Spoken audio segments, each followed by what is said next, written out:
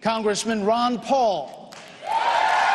Congressman, what specific things would you do as president to increase growth, calm the markets, create jobs that could pass through a divided Congress? Well, they didn't downgrade it mainly because they couldn't come to a conclusion. They couldn't come to a conclusion because they didn't know what was going on. The country's bankrupt and nobody wanted to admit it. And when you're bankrupt, you can't keep spending. And all these proposed cuts weren't cuts at all.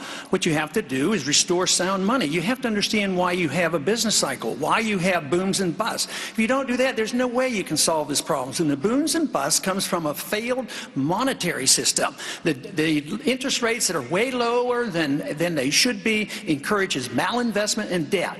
And to get out of that, all this other tinkering, you cannot do that unless you liquidate debt. You don't bail out the people that are bankrupt and dump the debt on the people. That is what's happened. So you have to allow liquidation of debt, eliminate the malinvestment, then you go back and you can get growth again by having a better tax structure, lower taxes, invite capital back into this country, get a lot less regulations, and under those conditions you can have growth again. And you can get it through a divided Congress.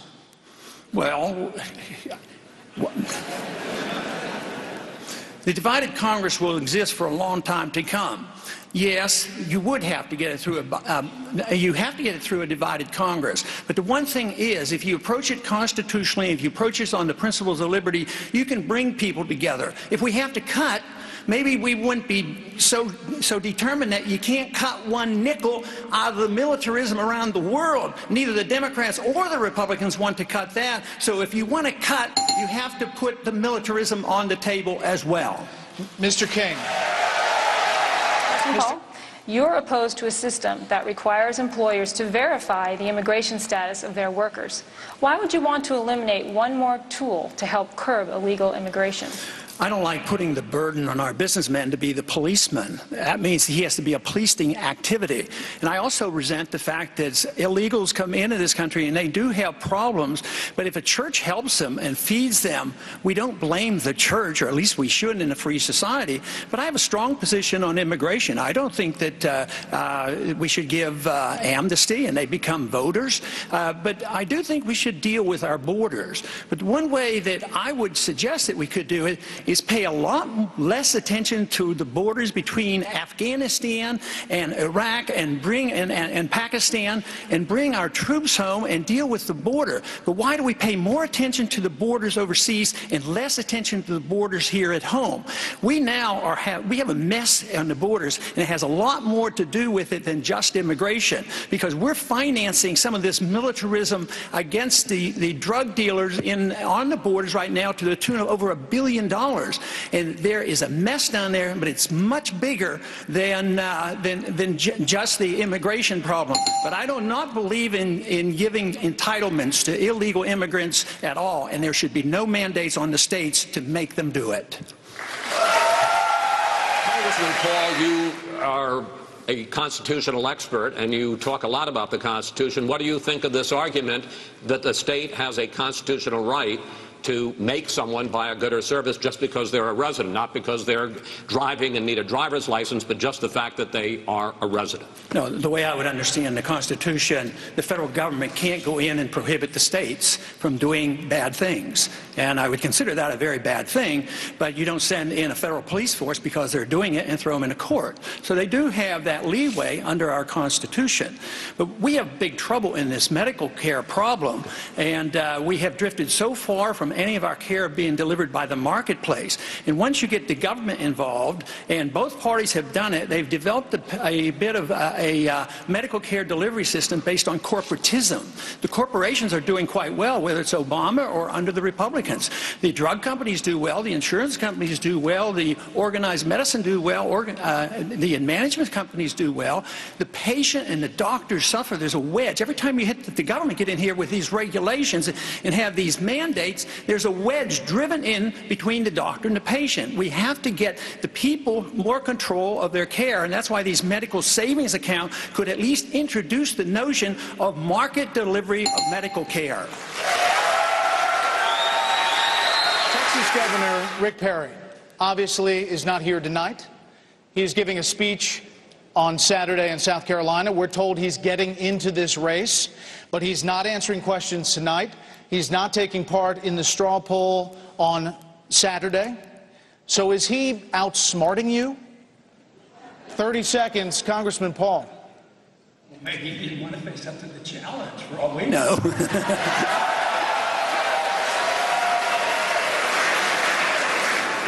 Are you worried about this strategy? Oh, no, I'm very pleased that he's coming in because he represents the status quo, and I feel like I'm sort of separated from the other candidates with my strong belief in liberty and limited government and a different foreign policy and want to deal with the Fed, so he'll just dilute all their votes. Okay. Congressman Paul, you say that President Obama is not too soft on Iran. You say that he is too tough on Iran. I want to put up some of your statements. Sanctions are not diplomacy, you say. They are a precursor to war and an embarrassment to a country that pays lip service to free trade. As for Iran's nuclear ambitions, you wrote this: one can understand why they might want to become nuclear capable, if only to defend themselves and to be treated more respectfully. Is that your policy towards Iran? Well, even our own CIA gives me this information that they have no evidence that they're working on a weapon. Just think of what we went through in the Cold War when I was in the Air Force, after I was drafted in the Air Force, all through the 60s. We were standing up against the Soviets. They had like 30,000 nuclear weapons with intercontinental missiles. Just think of the agitation and the worrying of a country that might get a nuclear weapon someday, and just think of how many nuclear weapons surround Iran. The Chinese are there, the Indians are there, the Pakistanis are there, the Israelis are there, the United States is there. All these countries. China has nuclear weapons. Why wouldn't it be natural that they might want a weapon? There'd be, internationally, they'd be given more respect. Why should we write people off? There was, you know, in the 50s, we at least talked to them. At least our leaders and Reagan talked to the Soviets. What's so terribly bad about this? And people, countries that you put sanctions on, you are more likely to fight them. I say a policy of peace is free trade, stay out of their internal business, don't get involved in these wars, and just bring our troops home.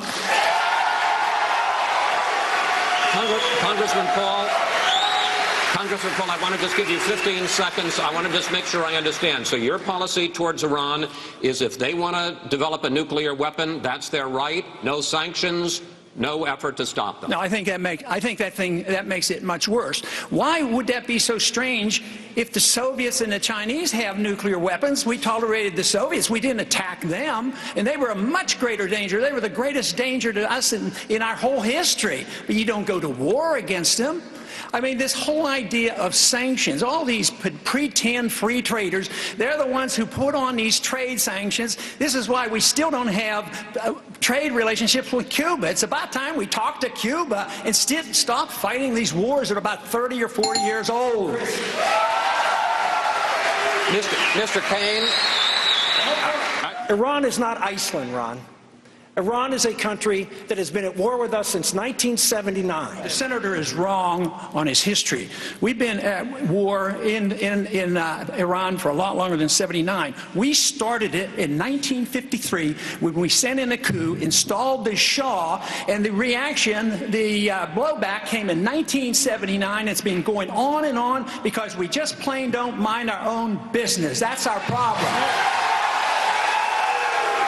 Terrorists who commit acts against United States citizens, people who are from foreign countries who do that, do not have any right under our Constitution to Miranda rights. We've also seen that Guantanamo Bay has yielded significant information. In fact, we've learned that that led to the capture and the killing of bin Laden. This is a tool that we need to have in order to be able to prosecute the new type of war, the new type of warfare. Congressman Paul. Well, I think she turns our rule of law on its head.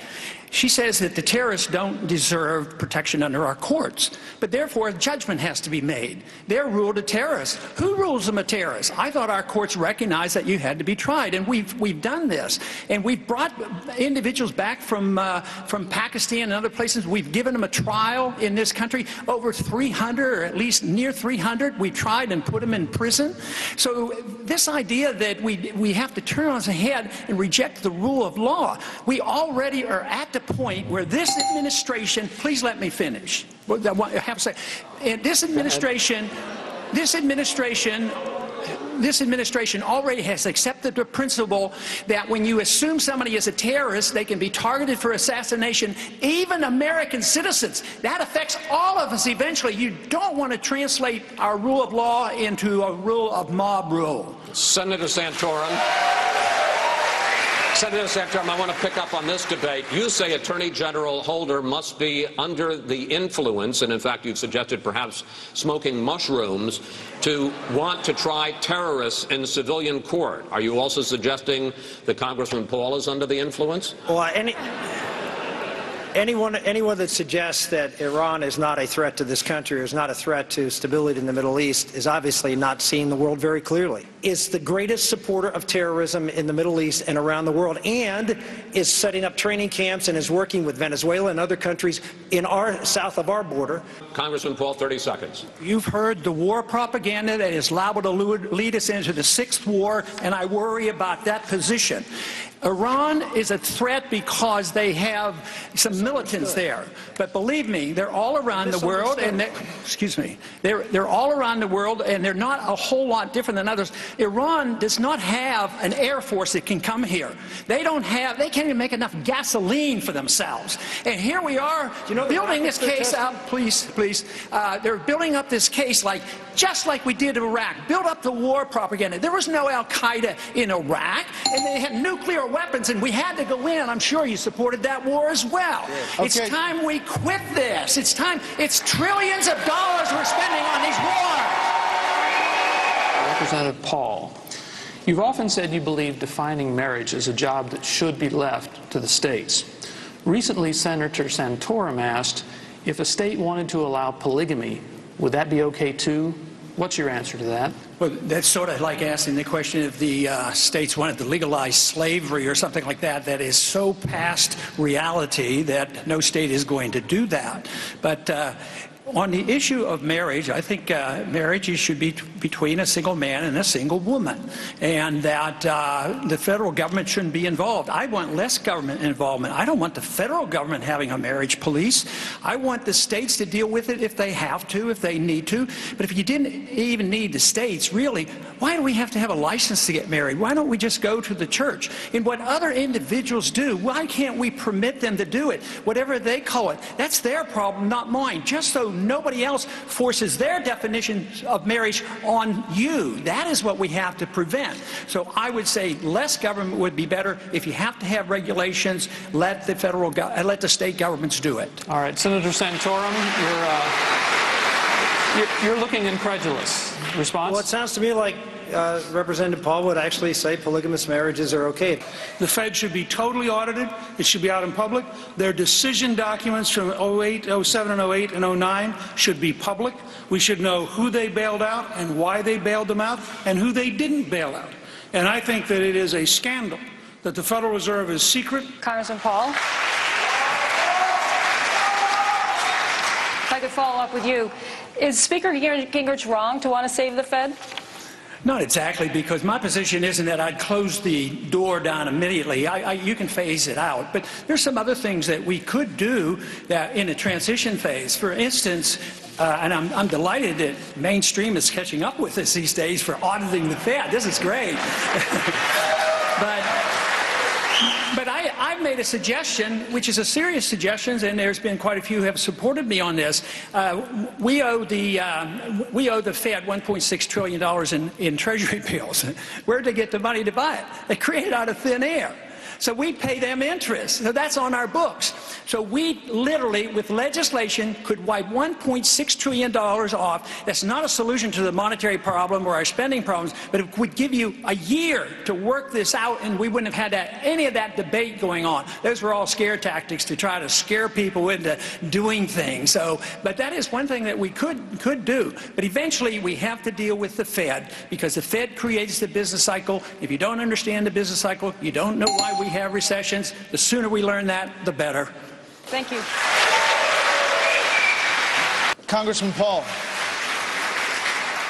I've been in politics for 35 years. My cause has been the cause of liberty. And I am convinced that liberty does not come from our government, but it comes from our Creator. And our goal should be peace and prosperity. It is under the principles of liberty that you have the greatest chance of achieving peace and prosperity. That is why I am so down on these wars that is costing us trillions of dollars, why we have to reform the monetary system, why we need honest money, a gold standard and not paper money out of the Federal Reserve System. But also we need to change the environment for our businesses. We need to lower the regulations and the taxes and have private property rights and contract rights. Then we can achieve peace and real prosperity.